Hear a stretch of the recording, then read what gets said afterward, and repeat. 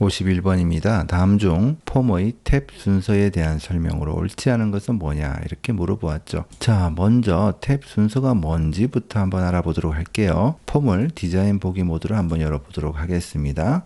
자, 본문에 이렇게 컨트롤들이 있고요. 이 컨트롤의 탭 인덱스라는 부분을 보면 sName이라는 컨트롤은 0번을 인덱스 번호로 가지고 있는 것을 볼 수 있고요. SAG라는 텍스트 상자는 인덱스 번호가 1인 것을 알 수 있습니다. 탭 인덱스는 0부터 시작이 되고요. 0, 1, 2, 3, 4 이런 순서로 계속해서 생성이 되겠죠. 탭 인덱스 순서가 빠르다라는 것은 우리가 키보드에 탭 키 있죠. TAB라고 적혀 있는 이 키를 누를 때 먼저 포커스를 가지게 된다 이런 뜻이 되겠습니다. 자, sName이 탭 인덱스 순서가 더 빠르죠. 그래서 우리가 폼 보기를 눌러보면 먼저 포커스를 가지고 있고요. 이 상태에서 탭키를 누르게 되면 자, SAG로 옮겨가는 것을 볼 수 있습니다. 왜냐하면 0번이고 1번의 순서를 가지고 있기 때문에 자, 이렇게 순서가 이동하게 되는 것이죠. 자, 이게 바로 탭 순서라는 것이고요. 1번 보기를 보면 기본으로 설정되는 탭 순서는 폼의 컨트롤을 추가하여 작성한 순서대로 설정이 된다라고 했는데 자, 만들기에 가서 폼 디자인 눌러줍니다. 그 다음 이렇게 명령 단추라는 부분을 한번 추가를 해 볼게요. 하나, 둘, 셋. 자, 이렇게 추가를 해 두었습니다. 각각 커맨드 0, 커맨드 1, 커맨드 2의 순서로 생성이 되었죠. 바로 옆에 탭 인덱스를 보면 알 수 있겠지만 컨트롤을 추가하는 순서, 작성한 순서대로 탭 인덱스가 0, 1, 2의 순서로 자동으로 설정된 것을 볼 수 있습니다. 따라서 1번은 맞는 얘기가 되겠죠. 보기 2번은 잠깐 이따 보기로 하고요. 보기 3번부터 볼게요. 폼 보기에서 탭 키를 눌렀을 때 각 컨트롤 사이에 이동되는 순서를 설정하는 것이다. 자, 앞에서 설명한 그대로고요. 그 다음에 탭 정지 속성의 기본 값은 예이다 라고 했습니다. 자, 앞에서 우리가 컨트롤을 생성했을 때 탭 정지라는 속성의 기본 값이 예로 설정되어 있는 것을 볼 수 있습니다. 기본 값이라는 것은 기본으로 설정되는 값, 디폴트 값이라고 하죠. 그 값을 얘기하는 것이고요. 자, 여기서 보이는 것처럼 예로 설정되어 있는 것을 볼 수 있습니다. 자, 이제 보기 2번 한번 보도록 하죠. 탭 순서 대화 상자의 자동 순서는 자, 이건 무슨 얘기냐? 폼 선택기라는 것을 선택을 하고요. 오른쪽 마우스 버튼 클릭해서 탭 순서라는 것을 눌러주면 이렇게 본문에 있는 컨트롤에 사용자 지정 순서라는 것이 나옵니다. 사용자 지정 순서라고 나오는 이유는 말뜻 그대로 사용자가 만약에 탭 순서를 바꾸고 싶으면 이렇게 끌어서 순서를 바꿔줄 수 있기 때문에 사용자 지정 순서라고 하는 것이고요. 자, 어쨌거나 여기 보면 자동 순서라는 것이 있는데요. 이 자동 순서는 탭 순서를 위에서 아래로 오른쪽에서 왼쪽으로 설정한다라고 되어 있습니다. 자, 먼저 위에서 아래로 자동 순서가 설정되는지 알아보기 위해서 현재 제일 위쪽에 있는 것이 탭 인덱스가 0, 1, 2 이런 순서로 되어 있는데요. 이것의 순서를 한번 바꿔보도록 하겠습니다. 탭 인덱스 0번을 제일 아래쪽으로 내려보도록 하죠. 자, 그러면 1, 2, 0 이렇게 되어 있죠. 이 상태에서 보기에 있는 것처럼 탭 순서에 가서 자동 순서를 누른 다음에 확인을 눌러주면 제일 위쪽에 있는 것이 탭 인덱스가 0번으로 바뀐 것을 볼 수 있습니다. 0, 1, 2 이렇게 바뀌었죠. 따라서 탭 순서를 자동 순서를 누르게 되면 위에서 아래로 0, 1, 2 이렇게 만들어 준다라는 것을 알 수가 있어요. 자, 다시 되돌리기 해둔 다음에 그 다음에 두 번째 보면 오른쪽에서 왼쪽으로 설정한다라고 했죠. 오른쪽에서 왼쪽으로 설정한다라고 했기 때문에 자, 그러면 이렇게 한번 배치를 해 보도록 하죠. 자, 여기가 0, 2, 1 이런 순서로 되어 있고요. 오른쪽에서 왼쪽으로 설정하기 때문에 이 부분이 0, 1, 2 이렇게 바뀌게 되겠죠.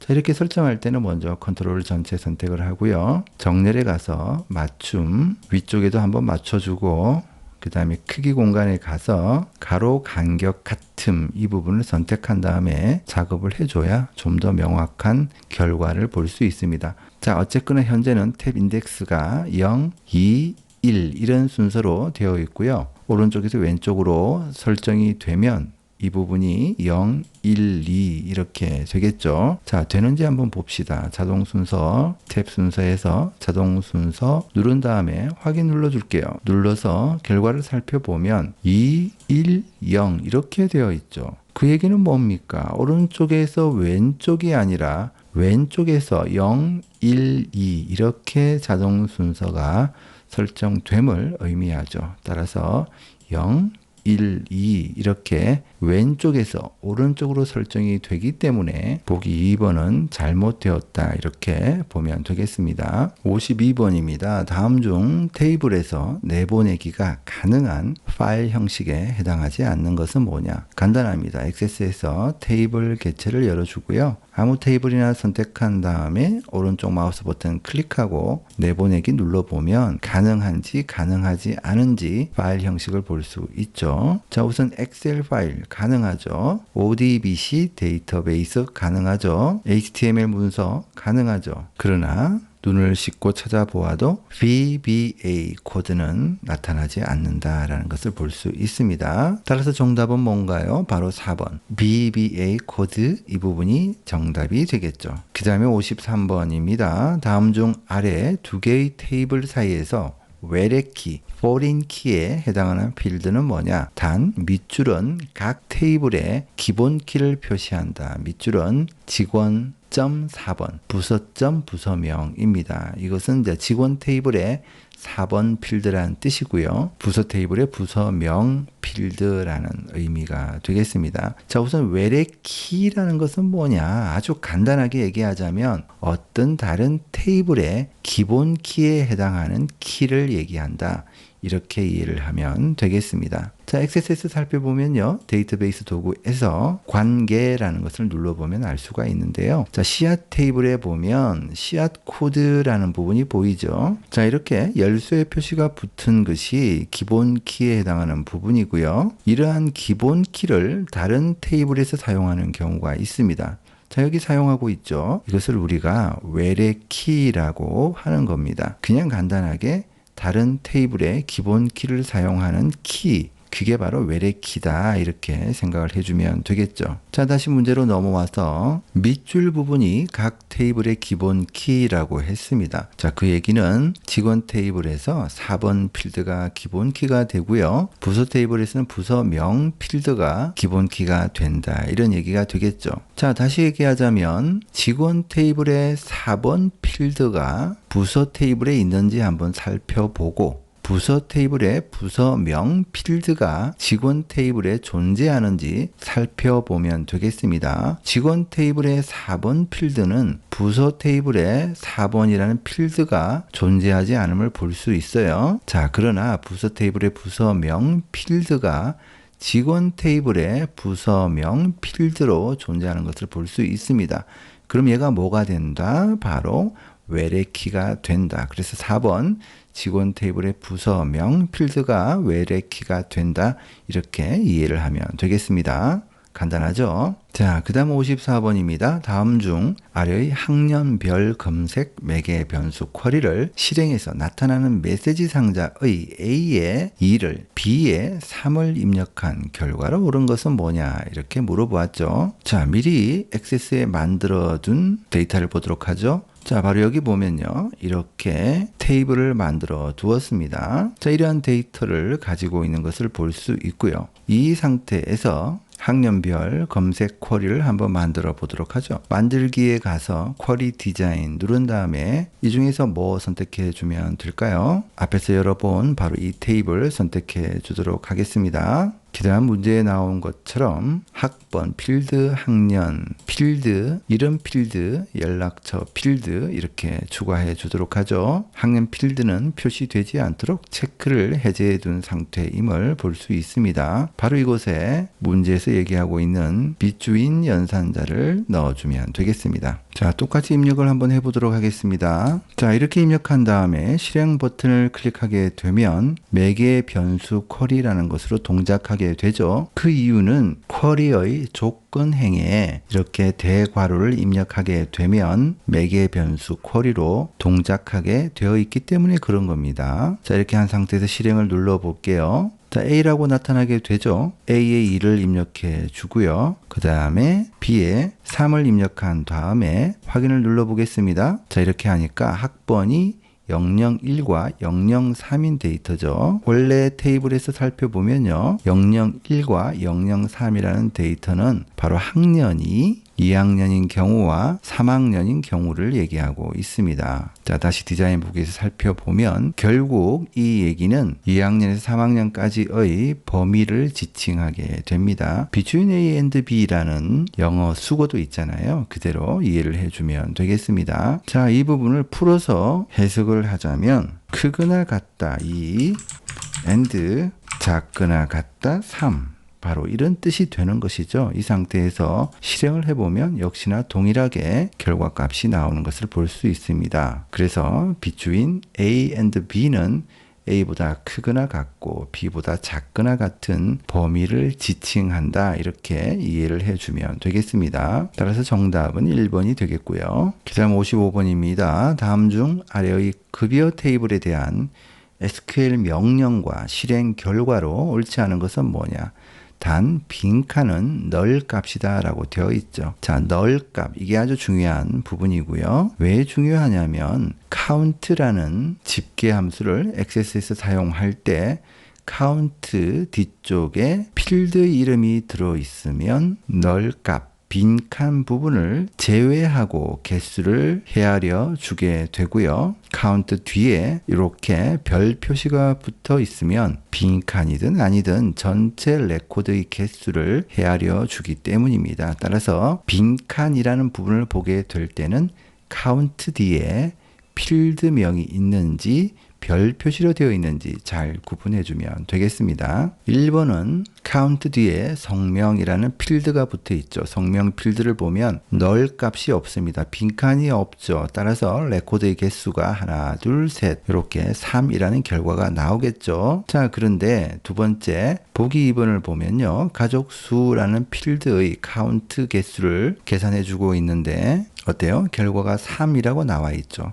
3이 될 수가 없죠. 빈칸, 널 값이 있기 때문에 3이라는 결과가 결코 나올 수가 없습니다. 자, 별 표시되어 있으면요. 급여 테이블의 전체 레코드 개수를 얘기를 하는 것이고요. 그 다음 여기 아래쪽에 보면 where절은 조건절을 얘기를 하게 되는데요. 어떤 조건인지 한번 살펴보면 가족수라는 필드에서 널은 빈칸, 널 값을 얘기한다라고 했죠. 자, is가 앞에 붙었으니까 0으로 치자면 의문문이 되는 겁니다. 이전 널 이렇게 물어보는 거죠. 비어있니? 이렇게 물어보는 겁니다. 가족 수에서 비어 있는 조건이 급여 테이블에서 몇 개냐 이렇게 물어보는 거죠. 자, 가족수 필드에 보면 비어 있는 레코드는 하나가 있는 것을 볼 수 있습니다. 그래서 실행한 결과가 1이라는 값이 나오는 것이죠. 실제로 테이블에서 살펴보면 이렇게 급여라는 테이블을 한번 만들어 보았는데요. 자, 여기 이 부분에 빈칸 널 값인 것을 볼 수 있죠. 실제로 실습을 하고 싶을 때는 만들기라는 곳에 가서 쿼리 디자인을 누른 다음에 닫아버리고요. SQL 보기라는 것을 눌러서 이렇게 바로 셀렉트 문을 작성해 줄 수 있죠. 보기 2번 같은 경우에 count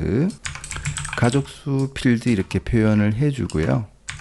from 자, 급여 테이블에서 가족수라는 필드의 레코드 개수가 어떻게 되는지 select 검색해 달라 이런 뜻이 되겠죠. 자, 실행해 보면요. 2라는 값이 나오는 것을 볼 수 있습니다. 자, 어쨌거나 보기 2번은 잘못되었다라는 뜻이 되겠고요. 자, 다시 SQL 보기에서 이번에는 이 부분을 별 표시로 바꿔버리고 이쪽에 where절을 한번 삽입해 보도록 하죠. 가족수라는 필드에서 널 값이 있는지 이렇게 조건을 검색해서 실행해 보면 역시 1이라는 값이 나타나는 것을 볼 수 있습니다. 자, 이렇게 실습은 해보면 되겠습니다. 그 다음 56번입니다. 다음 중 아래의 설명에 해당하는 폼을 작성하기에 가장 용이한 방법은 뭐냐 이렇게 물어보았습니다. 자, 바로 보기 1번을 보면 돼요. 하나의 폼에서 폼 보기와 데이터 시트 보기로 동시에 같은 데이터를 볼 수 있다. 이게 뭐냐면요, 바로 폼 분할 도구라는 것을 사용해 주면 되겠습니다. 자, 살펴볼 수 있는 방법은 액세스에서 만들기라는 곳에 가서 기타 폼을 누르고 폼 분할을 선택해 주면 되겠습니다. 자, 이렇게 하게 되면요, 자, 급여 테이블이 선택이 되어 있었기 때문에 급여 테이블을 베이스로 해서 분할 폼이라는 것이 만들어진 것을 볼 수 있죠. 자, 이렇게 하나의 폼에서 폼 보기 화면도 나오고, 자, 폼 보기 해볼게요. 폼 보기 화면도 나오고 데이터 시트 보기도 나오고 이런 것을 얘기를 하고 있고요. 같은 데이터 원본에 연결되어 있고 항상 상호 동기화된다. 자, 여기에서 2번을 선택하게 되면 이렇게 2번에 해당하는 사원번호 2번에 해당하는 정보를 폼 보기에서 보여주는 것을 볼 수 있죠. 그 다음 폼의 두 보기 중 하나에서 필드를 선택하면 다른 보기에서도 동일한 필드가 선택된다. 자, 이렇게 선택되는 것을 볼 수 있습니다. 바로 4번 폼 분할 도구 사용이라는 것을 잘 알아두면 되겠습니다. 그 다음 57번 다음 중 액세스에서 데이터를 찾거나 바꿀 때 사용하는 와일드 카드 문자를 사용한 결과에 대한 설명이 옳지 않은 것은 뭐냐 이렇게 물어보았죠. 자, 이렇게 예를 들어서 57번이라는 테이블이 있고요. 이 테이블에 이런 데이터들이 들어 있습니다. 이 상태에서 찾기를 눌러줍니다. 그 다음 보기 1번에 있는 것처럼 1, 샵 3이라고 입력한 다음에 다음 찾기를 누르게 되면 자, 이렇게 이런 정보들을 찾아주는 것을 볼 수 있죠. 그 얘기는 뭐냐? 시작하는 숫자가 1이고 끝나는 숫자는 3인 경우고 가운데에 임의의 숫자가 들어갈 수 있다. 이런 뜻이 되는 겁니다. 바로 샵이 임의의 숫자 하나를 지칭한다. 이런 의미를 가지고 있다. 이렇게 이해를 하면 되겠고요. 그 다음 두 번째 보기를 보면 자, 이렇게 입력이 되어 있죠. 첫 글자는 소이고요. 마지막 글자는 자고 가운데에 들어가는 글자를 물음표로 받고 있죠. 그 얘기는 임의의 한 글자를 받을 수 있다. 뭐가? 물음표라는 와일드 카드 문자가 받을 수 있다. 이런 뜻이 되겠죠. 이 상태에서 다음 찾기를 눌러보면 여기에 있는 바로 여기 보이죠? 이 데이터들을 찾을 수 있겠죠. 이렇게 찾아주는 것을 볼 수 있습니다. 그 다음 세 번째 보기를 보면 이렇게 입력이 되어 있죠. 자, 대괄호는 이 범위에 있는 문자를 지칭을 하는 것이고요. B와 U라는 글자 앞에 느낌표가 붙어 있죠. 느낌표는 그 글자, 그 문자를 제외한다라는 뜻입니다. 자, 그러면 소비자, 소유자라는 것을 제외하게 되겠죠. 결과적으로 소계좌만 찾게 되겠죠. 실제로 그런지 한번 살펴보도록 합시다. 다음 찾기 한번 눌러볼게요. 자, 소계좌라는 것만 찾고 있는 것을 볼 수 있습니다. 이렇게 레코드 검색을 끝냈다. 찾는 항목이 없다. 이렇게 나오는 것을 볼 수 있죠. 이것만 찾아준다라는 것을 볼 수 있고요. 따라서 보기 3번을 보면 소비자와 소계좌 등 검색이라고 되어 있는데 소비자는 검색할 수 없죠. 소계좌는 검색할 수 있죠. 왜냐하면 B와 U는 제외해야 되니까 이런 결과가 나온다는 것을 알 수 있습니다. 자, 마지막 보기 4번에 있는 것도 한번 보도록 하죠. 이렇게 입력이 되어 있죠. 역시 대괄호 속은 글자의 범위를 얘기를 하는 것이고요. A에서 C까지, A, B, C죠. A에서 C까지라는 뜻은 A, B, C라는 뜻이고 따라서 BAD, BBD, BCD 다 해당이 되겠죠. 보기를 보면 BAD와 BBD 등 검색이라고 했기 때문에 바로 여기에 있는 이 글자를 검색해 줄 것이다 라는 것을 미루어 예상할 수 있습니다. 자, 이렇게 검색해 주는 것을 볼 수 있죠. 따라서 정답은 3번이 되겠고요. 58번입니다. 다음 중 데이터의 형식에 관한 설명으로 옳지 않은 것은 뭐냐? 저 오피스 버전에 따라서 용어가 조금 달라집니다. 미리 만들어준 58번 테이블을 한번 열어보면 알 수 있는데요. 예전에 텍스트 데이터 형식이라는 것은 현재는 짧은 텍스트 데이터 형식으로 바뀌었고요. 그냥 용어가 바뀐 겁니다. 그 다음에 메모 데이터 형식은 긴 텍스트라는 데이터 형식으로 용어가 바뀌었다 이렇게 알아두면 되겠습니다. 자, 그러한 지식을 바탕으로 보기를 살펴보면 되겠죠. 첫 번째, 텍스트 형식에는 텍스트와 숫자 모두 입력할 수 있다. 자, 지금 58번이라는 테이블에 텍스트라는 필드 이름을 가진 곳에 데이터 형식을 짧은 텍스트, 그러니까 예전에 텍스트 데이터 형식을 지정해 둔 상태인데요. 자, 데이터 시트 보기에 들어가서 텍스트 데이터 형식이지만 이렇게 숫자를 입력해도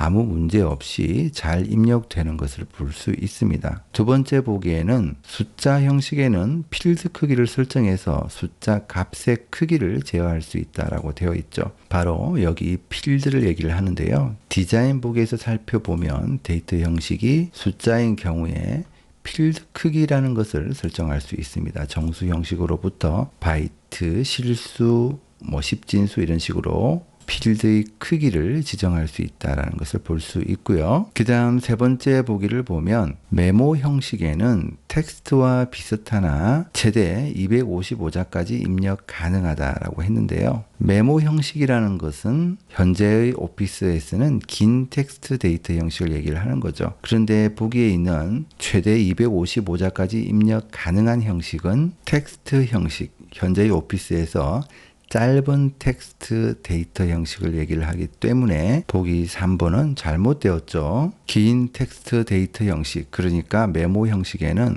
65,535자까지도 입력할 수 있습니다. 이 부분도 매뉴얼에 따라서 조금씩 다르긴 한데요. 이론적으로는 그렇다 이렇게 이해를 해두면 되겠습니다. 그 다음 보기 네 번째 하이퍼링크 형식에는 웹사이트나 파일의 특정 위치로 바로 이동하는 주소 데이터를 입력할 수 있다. 말뜻 그대로 하이퍼링크라는 의미가 바로 그 뜻이죠. 이런 식으로 입력을 해보면 링크 형식으로 이렇게 설정되는 것을 볼 수 있습니다. 59번입니다. 다음 중 특정 데이터를 시각적으로 강조 표시하는 조건부 서식에 대한 설명으로 옳지 않은 것은 뭐냐 이렇게 물어보았죠. 자, 예를 들어서 59번이라는 폼을 디자인 보기로 연 다음에 SAG라는 텍스트 상자의 서식에 조건부 서식이라는 곳에 가면 이렇게 규칙을 만들어 둔 상태입니다. 자, 여기 보면요. SAG라는 필드의 값이 3 이상인 경우에 이렇게 빨갛게 표시를 한다라고 되어 있고요. 두 번째 조건은 역시 마찬가지로 3 이상인 경우에 밑줄을 표기한다라고 되어 있습니다. 그러니까 여러 조건이 현재 설정이 되어 있는 경우죠. 자, 이 상태에서 폼 보기를 해보면요. 이렇게 SAG 필드 값이 3 이상인 경우 빨갛게 표기가 되어 있는 것을 볼 수 있습니다. 자, 보기 1번부터 살펴보면 하나 이상의 조건에 따라 폼과 보고서의 컨트롤 서식 또는 컨트롤 값의 서식을 변경할 수 있다.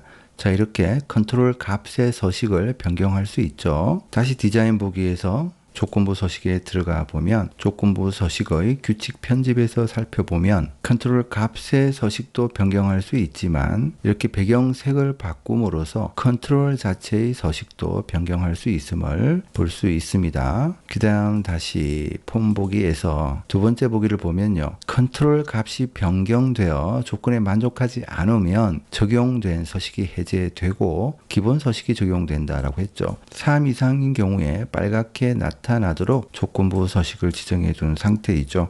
예를 들어서 얘를 2로 바꾸게 되면 이렇게 빨갛게 표현되지 않죠. 조건부 서식이 해제되는 것을 볼 수 있습니다. 3으로 바꾸면 다시 조건부 서식이 적용이 되고 유지가 되죠. 그 다음 보기 3번이 잘못되었는데요. 폼이나 보고서를 다른 파일 형식으로 출력하거나 내보내더라도 조건부 서식이 유지된다라고 했는데 예를 들어서 이것을 텍스트 파일 형식으로 출력을 했다, 내보냈다라고 하면 메모장 텍스트 파일에는 이런 서식이 적용될 수가 없잖아요. 그러니까 유지될 수도 없겠죠. 따라서 보기 3번은 잘못되었다 이렇게 보면 되겠고요. 그 다음 보기 4번 지정한 조건 중 2개 이상이 true이면 true인 첫 번째 조건의 서식만 적용된다. 자, 디자인 보기를 열어서 이것의 조건부 서식을 살펴보게 되면 자, 이렇게 두 가지 조건이 다 사실은 true인 경우죠. 위쪽도 3인 경우고 아래쪽도 3인 경우예요. 그래서 둘 다 true인 경우인데 두 개 다 true이니까 true인 첫 번째 조건의 서식만 적용된 것을 볼 수 있습니다. 예를 들어서 이 규칙을 아래쪽으로 내려버리고 이 규칙을 위쪽으로 올려서 적용해서 확인한 다음에 폼 보기를 해버리면 이렇게 밑줄이 나타나는 것을 볼 수 있죠.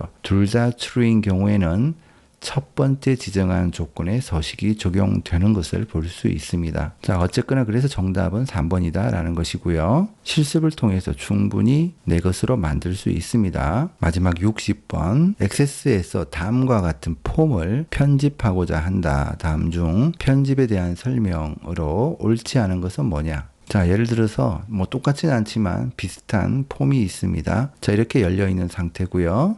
첫 번째 1번 부분을 더블 클릭하면 폼의 속성창을 열 수 있다. 자, 1번 부분이라는 것은 이 부분이고요. 이건 뭐냐면 폼 선택기라는 부분입니다. 얘를 더블 클릭하면 폼 자체에 대한 속성창이 이렇게 속성 시트 창이죠. 속성 시트 창이 열리는 것을 볼 수 있다. 그 다음 두 번째 2번의 세로 눈금자를 클릭하면 본문의 모든 컨트롤을 선택할 수 있다라고 했습니다. 자, 여기 세로 눈금자 부분을 가다 보면 여기 잘 봐야 돼요. 이렇게 화살표가 나오는 것을 볼 수 있죠. 이 화살표는 화살을 이 방향으로 쏠 수 있다 이렇게 생각을 하면 되겠습니다. 이 상태에서 클릭하게 되면 본문의 모든 컨트롤이 선택되는 것을 볼 수 있습니다. 좀 더 정확하게 얘기를 하자면 화살표가 향하는 방향에 있는 모든 컨트롤이 선택이 되는 거죠. 만약에 이 아래쪽에 컨트롤이 또 있다라고 한다면 그 컨트롤은 선택이 되지 않겠죠. 예를 들어서 이렇게 되어 있다라고 하면 이렇게 하면 이 컨트롤만 선택이 되는 거죠. 자, 그럼 얘까지 다 선택하려면 어떻게 할까요? 이렇게 하면 되겠죠. 이렇게 해주면 되겠고 혹은 이렇게 범위를 지정해 줘도 됩니다. 그러나 이제 일직선으로 있을 때 간단하게 설정을 할 때는 이렇게 화살표 방향을 향하게 하고 선택을 해주면 된다. 이렇게 이해를 해주면 되겠습니다. 그 다음 세 번째 보기를 보면요. 3번 부분을 더블 클릭하면 폼 바닥글의 배경색을 변경할 수 있다라고 했는데 3번 부분이 어디냐면요. 바로 여기 이 부분입니다. 폼 바닥글은 이렇게 선택할 때 폼 바닥글이 되는 거죠. 근데 여기 영역의 바깥쪽을 더블 클릭한다라고 했어요. 자, 이건 더 큰 부분, 그러니까 폼 자체를 얘기를 하는 거죠. 따라서 이 부분을 더블 클릭한 것과 동일한 결과가 나타난다라는 것을 볼 수 있습니다. 3번이 잘못되었죠. 그 다음 4번을 보면요. 이런 폼의 기본 보기 속성은 연속 폼으로 하는 것이 좋다라고 했습니다. 자, 비슷한 폼인데요. 이 폼도 폼 보기를 열어보면 이렇게 연속 폼의 형태로 나타나고 있음을 볼 수 있습니다. 연속 폼이란 건 뭐냐면 액세스의 창이 보여줄 수 있을 만큼 그 창의 크기에 맞추어서 레코드가 표현되는 것을 얘기를 합니다. 왜 연속 폼이 적절할까요? 왜냐하면 이 폼의 폼 바닥 글에는 이렇게 금액의 합계가 나와 있는 것을 볼 수 있습니다. 따라서 전체 목록에 대한 금액 합계를 보여주고 있으니까 단일 폼으로 되어 있으면 본문 부분이 단일 레코드 한 줄로만 나타나니까 뭔가 좀 와닿지 않잖아요. 뭐 그런 의미로 연속 폼으로 하는 것이 좋겠다 이렇게 표현을 한 것 같고요. 뭐 좀 애매할 수 있지만 어쨌거나 3번이 워낙 깔끔하게 잘못되었기 때문에 3번을 답으로 선택해 주면 되겠습니다.